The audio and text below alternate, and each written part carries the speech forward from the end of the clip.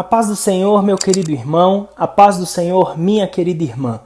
Que alegria estarmos juntos mais um dia para estudarmos a palavra do Senhor.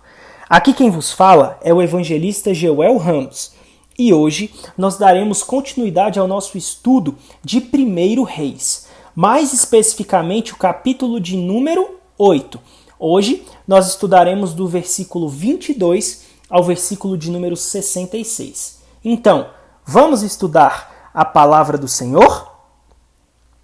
Meu querido, no nosso último áudio, quando nós estudamos o capítulo 8, do versículo 1 ao versículo de número 21, nós vimos ali o momento em que Salomão leva a arca para o templo, vimos o momento em que Salomão fala ao povo, e hoje nós continuaremos o nosso estudo em relação a esse momento de consagração do templo, no versículo 22, no momento em que Salomão ora a Deus.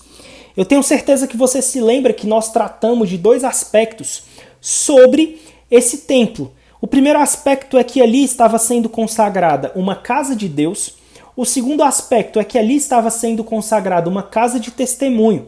Mas o terceiro aspecto que eu quero tratar com você hoje é que ali também estava sendo consagrada uma casa de oração. Se a gente fizer menção aqui daquilo que está esculpido em 2 Crônicas 6:13, Salomão, ele nesse momento histórico aqui desse capítulo que nós estamos estudando, ele ajoelhou-se na plataforma especial próxima ao altar enquanto fazia essa oração, que começa a partir do versículo de número 22, com as suas mãos estendidas ao céu. Os israelitas não conheciam a nossa postura tradicional de oração que hoje nós utilizamos, muitas vezes fechando os olhos, enfim. A sua postura era justamente olhar para o alto, pela fé, voltados para Deus nos céus, e erguer as mãos abertas para mostrar que eram pobres e que estavam à espera de uma resposta. Inclusive, o termo céu ou céus aparece pelo menos 12 vezes nos versículos 22 ao 54. Salomão ele começa a sua oração com louvores e ações de graças ao Senhor, o Deus que havia feito e cumprido a sua aliança. Ele diz em determinado momento, não há Deus como tu, ali no versículo de número 23. Em seguida, referiu-se à aliança de Deus com Davi, a aliança que nomeava Salomão herdeiro de Davi e construtor do templo. Porém, Salomão também se apropriou da promessa da aliança sobre a dinastia davídica, orando para que a linhagem real de Davi permanecesse, conforme Deus havia prometido. E a gente sabe que, sem dúvida alguma, o cumprimento máximo dessa promessa deu-se em Jesus Cristo, o nosso Salvador. Enquanto Salomão orava, foi tomado pelo contraste entre a grandeza de Deus e a insignificância do trabalho do rei na construção do templo. Como era possível o Deus Todo-Poderoso, o Deus dos céus, habitar num edifício feito por mãos humanas? Salomão havia expressado essa mesma verdade ao rei Hirão antes de começar a construção. E a gente percebe que Salomão ele percebeu que a disposição de Deus era de habitar no meio de seu povo. E essa disposição era, sim, um ato da graça divina. O tema central de sua oração vai ser encontrado ali nos versículos 28 a 30, que traz a ideia de que o Senhor manteria seus olhos sobre o templo e seus ouvidos atentos às orações do povo, e responderia a eles quando orassem voltados para o templo. Salomão, inclusive, pede que o Senhor perdoasse os pecados do povo quando orassem e que fizesse justiça ao seu servo e ao seu povo de Israel. Salomão conhecia as estipulações da aliança encontrada ali em Deuteronômio e as calamidades que mencionou em sua oração eram justamente as disciplinas que o Senhor prometeu enviar se Israel desobedecesse à lei. Porém, Salomão também sabia que Deuteronômio 30 prometia perdão e restauração se o povo se arrependesse e buscasse ao Senhor. Então, a gente percebe aqui que, utilizando-se ali da consagração da casa do Senhor como uma casa de oração, Salomão ele apresenta 7 pedidos muito específicos. A gente vê, em primeiro lugar, que Salomão ele pede justiça na terra. Salomão havia começado seu reinado servindo de árbitro entre 2 mulheres. Você se lembra ali do nosso estudo do capítulo 3. Mas era impossível ao rei tratar de cada caso de conflito pessoal na terra e, ao mesmo tempo, cumprir todos os seus deveres reais. Assim, nós sabemos que foram nomeados juízes em Israel para arbitrar casos locais. Os sacerdotes também estavam à disposição para aplicar a lei e tomar decisões. Por exemplo, se um homem era acusado de pecar contra o irmão, o acusado poderia jurar no altar do templo e o Senhor declararia se tal homem era inocente ou não. Como esse veredito era declarado, não é explicado, mas é possível que os sacerdotes usassem ali o Urim e o Tumim. A justiça na terra é essencial, a gente sabe disso, para que todos os cidadãos consigam viver a vida com liberdade e busca de felicidade. E a gente vai perceber no decorrer da história de Israel que, infelizmente, existiram muitos reis ímpios, né, que permitiram a injustiça na terra totalmente em contraponto com a oração de Salomão. Além do mais, Salomão ele também trata de um segundo aspecto, que são as questões de derrotas militares. Essa derrota é causada pelo fato de o povo ter pecado de algum modo, levando o Senhor a desagradar-se de todo o povo. Se Israel obedecesse às estipulações da aliança, haveria paz e Deus daria ao seu povo vitória sobre qualquer inimigo que os atacasse. Porém, se Israel pecasse, Deus permitiria que seus inimigos triunfassem sobre eles. E a gente vê isso ali nos discursos em Deuteronômio. E se essa derrota levasse o povo ao arrependimento, Deus os perdoaria e faria com que os prisioneiros fossem libertados e mandados de volta para casa. Só que além de tratar de justiça e de derrota militar, Salomão também fala sobre um terceiro aspecto, que é a seca na terra. Israel tinha a escritura da terra em função da aliança de Deus com Abraão, mas só poderia tomar posse desse território e desfrutar suas bênçãos ao obedecer às leis de Deus. E uma das disciplinas mais severas relacionadas na aliança era justamente em relação à sequidão na terra. O Senhor prometeu ao seu povo que enviaria a chuva nas devidas estações, somente se Israel o honrasse. Uma vez que os israelitas dedicavam-se ao pastoreio e ao plantio de lavouras, as chuvas eram absolutamente necessárias para sua sobrevivência. Sempre que o povo obedecia ao Senhor, desfrutava colheitas abundantes e seus rebanhos permaneciam saudáveis e se multiplicavam. Então, em determinados momentos, Deus utilizava a seca para conduzir o povo novamente ao arrependimento. Só que Salomão ele também faz uma oração relacionada a outras calamidades naturais. Deus advertiu em sua aliança que a desobediência de Israel traria a disciplina sobre eles. O Senhor enviaria fome, o ferrugem às lavouras, as invasões de insetos, diversas doenças e pragas. Porém, se o povo obedecesse a Deus, ele protegeria o povo e a terra dessas calamidades. Mais uma vez, porém, Salomão pede ao Senhor que perdoasse seu povo quando confessassem seus pecados e que restaurasse sua terra. A gente vai ver essa oração em toda a sua essência quando a gente for estudar ali 2 Crônicas no capítulo de número 7. E em sua oração, Salomão ele menciona a terra com bastante frequência, pois ela fazia parte da herança que o Senhor havia entregue a Israel. E a gente percebe que quando o povo pecava, Deus os castigava na terra. E quando eles persistiam em sua rebelião, ele permitiu que as nações inimigas os levassem para fora da terra. Então a gente percebe essa relação aí de Israel com a sua terra. Além disso, Salomão ora pelos estrangeiros que viriam para orar. Não se trata aqui dos estrangeiros que viviam em Israel, que se assentaram na terra e que possuíam certos privilégios e responsabilidades sob a lei.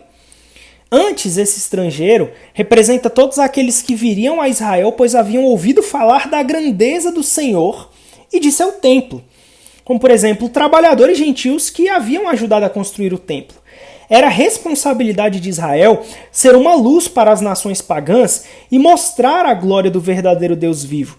E Salomão estava pensando nisso quando pediu ao Senhor que ouvisse as orações de pessoas fora da aliança e lhes respondesse, a fim de que todos os povos da terra conheçam o teu nome para te temerem. É isso que Salomão fala ali nos versículos 43, versículo 60.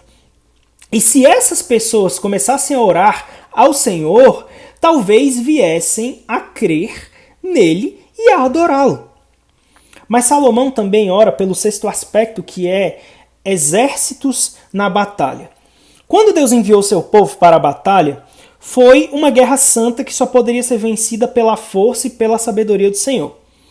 E a gente percebe que Deus sempre mostrava a sua vontade de como o povo deveria agir nas guerras que Israel iria batalhar. E era o próprio Deus que encorajava os homens a lutar para a glória do Senhor e para confiar somente nele. Mesmo no meio da batalha, os soldados poderiam olhar em direção ao templo e pedir a Deus que os ajudasse. E pedisse a Deus que os ajudasse. Então, por isso, Salomão também faz essa oração. E a sétima oração que Salomão faz é em relação a derrota e cativeiro. A gente percebe aqui que, referindo-se ao povo de Israel e a toda a história de Israel, Salomão entende que a nação estava propensa a pecar. Estava propensa a pecar. E ele entendia que, se Israel desobedecesse à lei de Deus e imitasse as transgressões de seus vizinhos idólatras, eles estariam pecando, conscientemente e deliberadamente. E Deus havia avisado em sua aliança que rebelião persistente levaria ao cativeiro. As outras formas de disciplina tiraram as bênçãos da terra, mas o cativeiro tirou o povo da sua pátria. A gente percebe que o povo de Deus experimentou derrotas e o exílio. Por exemplo, a Assíria conquistou Israel, ali, o Reino do Norte, em 722 a.C., e posteriormente os babilônios conquistaram Judá, o Reino do Sul, ali entre 606 e 586 a.C., e leva o povo cativo para a Babilônia. E esse acontecimento foi terrível. Ele foi terrível. Então, Salomão ele apresenta ao Senhor vários motivos pelos quais o Senhor deveria perdoar seu povo quando se arrependesse e voltasse para ele. Afinal, aquele era o povo que Deus havia escolhido e tomado do Egito e livrado esse povo da escravidão. Então Israel era o seu povo especial, separado, para glorificar o nome do Senhor. Então, mais uma vez, Salomão traz a demonstração de que conhecia muito bem o livro de Deuteronômio. E aí ele encerra a sua oração pedindo ao Senhor que conservasse seus olhos sobre o templo e sobre o povo que adorava ali, e que mantivesse os ouvidos atentos para os pedidos daqueles que oravam no templo ou voltados para a sua direção. Então, a gente percebe aqui que Salomão ele consagra uma casa de Deus, ele consagra uma casa de testemunho, ele consagra uma casa de oração. Mas a gente percebe que também ali é consagrada uma casa de louvor. Você se lembra que eu falei que o rei havia ficado ajoelhado na plataforma especial próximo ao altar, com as mãos levantadas a Deus? Mas, nesse momento, colocou-se em pé a fim de dar ao povo uma bênção do Senhor. A gente sabe que normalmente eram sacerdotes que abençoavam o povo. Mas, numa ocasião especial como aquela, o rei poderia dar bênção, como Davi já havia feito, por exemplo, em 2 Samuel, no capítulo de número 6. Então, Salomão abençoa todos os presentes e, por intermédio deles, a nação toda. Deu graças a Deus por suas grandes misericórdias. Ao recapitular a história nacional de Israel, sua conclusão foi que as promessas de Deus jamais haviam falhado, nem sequer uma vez. O povo de Deus havia falhado com o Senhor em várias ocasiões, mas ele havia sido fiel às suas promessas. Ele prometeu a Moisés que daria descanso à nação e ele o fez. Pelo seu poder, ele capacitou Josué a vencer as nações em Canaã e tomar posse da herança de Israel.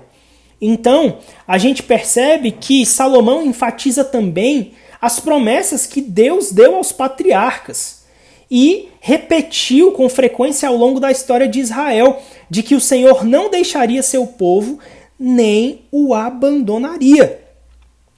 Salomão também pediu a ajuda de Deus para si mesmo e para seu povo, a fim de que tivessem o desejo de obedecer aos mandamentos do Senhor. Como eu tenho dito aqui bastante, Salomão conhecia o livro de Deuteronômio.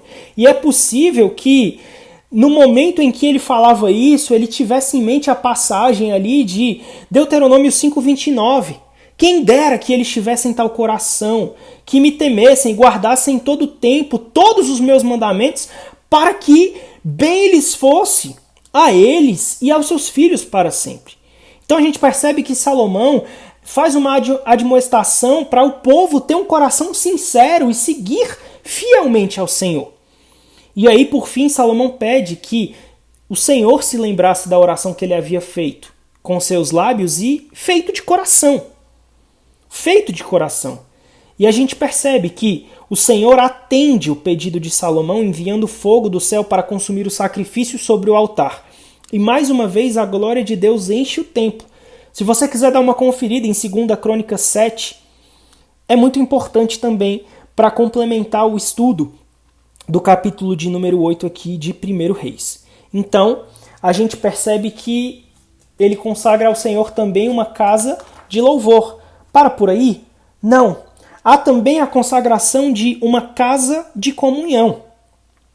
A assembleia que se reuniu para a consagração do templo veio desde o extremo sul do reino até suas fronteiras mais ao norte. E a gente percebe que foi formada uma grande congregação. Muitas pessoas trouxeram sacrifícios ao Senhor. O próprio Salomão, segundo o texto bíblico, ofereceu 22.000 bois e 120.000 ovelhas e cabras. O novo altar era pequeno demais para oferecer tantos animais, de modo que, para agilizar o procedimento, o rei santificou o átrio e o usou para sacrifícios. Então a gente percebe também que Salomão ele consagra ao Senhor uma casa de comunhão. Uma casa de comunhão. Né? Foram oferecidas ali ofertas pacíficas e, como nós estudamos na escola dominical, as ofertas pacíficas mostram que Jesus é a nossa paz. Que Jesus é a nossa paz. Então, a gente percebe também que ali era uma casa de comunhão. Mas, meu querido, entenda algo. A casa que estava sendo consagrada também era uma casa de responsabilidade. Como assim, Joel? A presença da glória de Deus no templo e o fogo que desceu do céu para consumir os sacrifícios garantiram a Salomão que sua oração havia sido ouvida e aceita por Deus. Porém, não haveria sempre o mesmo esplendor de glória no templo, nem fogo do céu para consumir todos os sacrifícios, de modo que o Senhor proferiu sua palavra a Salomão, uma vez que a palavra do Senhor permanece eternamente. Então, a gente observa que aquela casa era uma casa da responsabilidade. A gente percebe que, assim como o Senhor havia aparecido ali em Gibeão a Salomão e deu a ele a palavra que ele precisava ouvir, ele garantiu ao rei que ouvira sua oração e que responderia à oração. Seus olhos estariam sobre a casa que Salomão havia construído, né, e consagrado, e seus ouvidos estariam atentos para as orações. O povo e o seu rei haviam consagrado o templo ao Senhor, e agora o Senhor santificaria aquele templo e tomaria aquele templo para si. O nome de Deus estava no templo, os seus olhos estavam sobre ele, os seus ouvidos estavam atentos. Então aquela era a casa do Senhor. E a partir do momento que aquela casa é consagrada ao Senhor, o povo e o rei passam a ter responsabilidades muito importantes diante daquilo. Além de glorificar ao Senhor naquela casa e honrar ao Senhor naquela casa, eles deveriam também ter obediência. Ter obediência. O Senhor levou o assunto para um nível extremamente pessoal e falou de modo específico a Salomão, referindo-se à aliança que Deus havia feito com Davi, seu pai. Deus reafirma as estipulações dessa aliança e garante a Salomão que um rei da linhagem de Davi ocuparia o trono, enquanto seus descendentes obedecessem ao Senhor e andassem em seus estatutos. Salomão não poderia simplesmente esperar as bênçãos de Deus, porque era filho de Davi. E Davi tinha obedecido a Deus e Salomão tinha construído o templo. Não, era preciso que Salomão fosse como seu pai, um homem segundo o coração de Deus, e fosse um homem íntegro, um homem que vivesse em obediência. Um homem que vivesse em obediência. E a gente vê também que Deus havia dado ao povo de Israel sua palavra e esperava que eles obedecessem tudo aquilo que Deus havia dito. O rei deveria praticar a lei servindo de exemplo a todo o povo. Então, a gente percebe que Deus se manifesta naquele momento e ele recebe tudo que é feito. Ele demonstra para o povo que eles agora teriam responsabilidades muito especiais com aquele templo, de obediência e de comunhão. E aí, meu querido, nós encerramos esse capítulo maravilhoso, que é o capítulo 8. E eu espero você no próximo áudio, quando nós iniciaremos o capítulo de número 9. Que Deus te abençoe. A paz do Senhor.